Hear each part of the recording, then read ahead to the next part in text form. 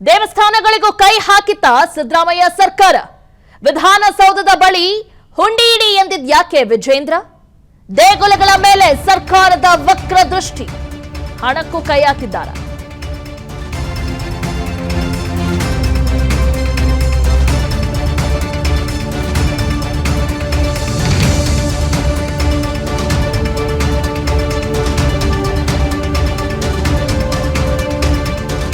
ದೇವಸ್ಥಾನಗಳಿಗೂ ಕೂಡ ಸಿದ್ದರಾಮಯ್ಯ ಸರ್ಕಾರ ಕೈ ಹಾಕ್ತ.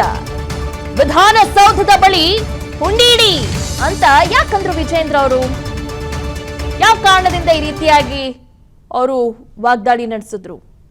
ದೇಗುಲಗಳ ಮೇಲೆ ಸರ್ಕಾರದ ವಕ್ರ ದೃಷ್ಟಿ ಬಿದ್ದಿದೆ, ಹಣಕ್ಕೂ ಕೂಡ ಕೈ ಹಾಕಿದ್ದಾರೆ. ಅದಕ್ಕೆ ಅದ್ರ ಬದಲಾಗಿ ಹುಂಡಿ ಇಟ್ಬಿಡಿ ಅಂತ ಹೇಳಿದ್ದಾರೆ. ಈ ರೀತಿಯಾಗಿ ಸ್ಟೇಟ್ಮೆಂಟ್ ಕೊಡೋದಕ್ಕೆ ಕಾರಣ ಏನು? ವಿಜೇಂದ್ರ ಅವರು ಯಾಕೆ ಈ ರೀತಿಯಾಗಿ ಹೇಳಿದ್ದಾರೆ? ದೇವಸ್ಥಾನಗಳಿಗೂ ಕೂಡ ಎಲ್ಲೋ ಒಂದ್ ಕಡೆ ಸಿದ್ದರಾಮಯ್ಯ ಸರ್ಕಾರ ಕೈ ಹಾಕಿತ್ತ. ಒಂದಾದ ಮೇಲೆ ಒಂದು ಏನಾದ್ರೂ ಈ ರೀತಿಯಂತ ಎಡವಟ್ಟುಗಳ ನಿರ್ಧಾರ ತೆಗೆದುಕೊಳ್ತಾ ಇದೆ ರಾಜ್ಯ ಸರ್ಕಾರ.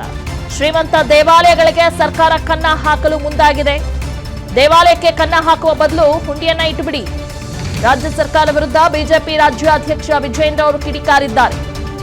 ವಿಧಾನಸೌಧದ ಮುಂದೆಯೇ ಒಂದು ಹುಂಡಿಯನ್ನು ಇಟ್ಟುಬಿಡಿ, ದಾನಿಗಳು ಅಲ್ಲಿಗೆ ಬಂದು ದಾನ ಮಾಡ್ತಾರೆ ಅಂತ ವಿಜೇಂದ್ರ ಅವರು ಹೇಳಿದ್ದಾರೆ. ಶ್ರೀಮಂತ ದೇವಾಲಯಗಳಿಗೆ ಸರ್ಕಾರ ಕನ್ನ ಹಾಕಲು ಮುಂದಾಗಿದೆ. ದೇವಾಲಯಕ್ಕೆ ಕನ್ನ ಹಾಕುವ ಬದಲು ಹುಂಡಿಯನ್ನ ಇಟ್ಟುಬಿಡಿ. ರಾಜ್ಯ ಸರ್ಕಾರದ ವಿರುದ್ಧ ಬಿಜೆಪಿ ರಾಜ್ಯಾಧ್ಯಕ್ಷ ವಿಜೇಂದ್ರ ಅವರು ಕಿಡಿಕಾರಿದ್ದಾರೆ. ವಿಧಾನಸೌಧ ಮುಂದೆನೆ ಒಂದು ಹುಂಡಿಯನ್ನ ಇಟ್ಟುಬಿಡಿ, ನೀವು ದಾನಿಗಳು ಅಲ್ಲಿಗೆ ಬಂದು ದಾನ ಮಾಡ್ತಾರೆ ಅಂತ ವಿಜೇಂದ್ರ ಅವರು ವಾಗ್ದಾಳಿಯನ್ನ ನಡೆಸಿದ್ದಾರೆ. ನೋಡಿ, ಇವತ್ತು ನಮ್ಮ ಪರಿಸ್ಥಿತಿ ಎಲ್ಲಿ ಬಂದ್ಬಿಟ್ಟಿದೆ ಅಂತ ಹೇಳಿದ್ರೆ, ಯಾವುದೇ ಕ್ಷೇತ್ರದಲ್ಲಿ ಇವತ್ತು ಅಭಿವೃದ್ಧಿ ಮಾಡೋದಕ್ಕೆ ಆಗ್ತಾ ಇಲ್ಲ. 1 ರೂಪಾಯಿ ಅನುದಾನನೂ ಕೂಡ ಕೊಡ್ತಾ ಇಲ್ಲ. ಮತ್ತೊಂದು ಕಡೆ ಸರ್ಕಾರಿ ನೌಕರರಿಗೂ ಕೂಡ ಸಂಬಳ ಕೊಡ್ತಕ್ಕಂಥ ಸಾಧ್ಯತೆ ಕಡಿಮೆ ಆಗ್ತಾ ಇದೆ. ಅಂತರ ಒಂದು ದಾರುಣ ಪರಿಸ್ಥಿತಿ ನಿರ್ಮಾಣ ಆಗ್ತದೆ. ಆರ್ಥಿಕ ಪರಿಸ್ಥಿತಿ ಸಂಕಷ್ಟದಲ್ಲಿರ್ತಕ್ಕಂಥ ಸರ್ಕಾರ ಶ್ರೀಮಂತ ದೇವಾಲಯಕ್ಕೂ ಕೂಡ ಕನ್ನ ಹಾಕ್ತಕ್ಕಂಥ ಕೆಲಸ ರಾಜ್ಯ ಸರ್ಕಾರ ಇವತ್ತು ಮಾಡ್ತಾ ಇದೆ. ನಾನು ಹೇಳ್ತೇನೆ, ಮಾನ್ಯ ಮುಖ್ಯಮಂತ್ರಿಗಳಿಗೆ ಒಂದು ಸಲಹೆನ ಕೊಡ್ತೇನೆ.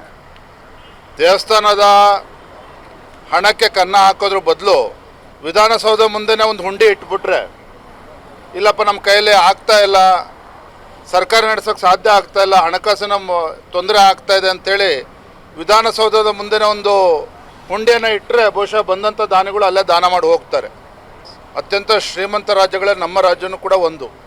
ಅತಿ ಹೆಚ್ಚು ಟ್ಯಾಕ್ಸ್ ಕೊಡ್ತಕ್ಕಂಥ ರಾಜ್ಯ ಕರ್ನಾಟಕ ಕೂಡ ಹೌದು.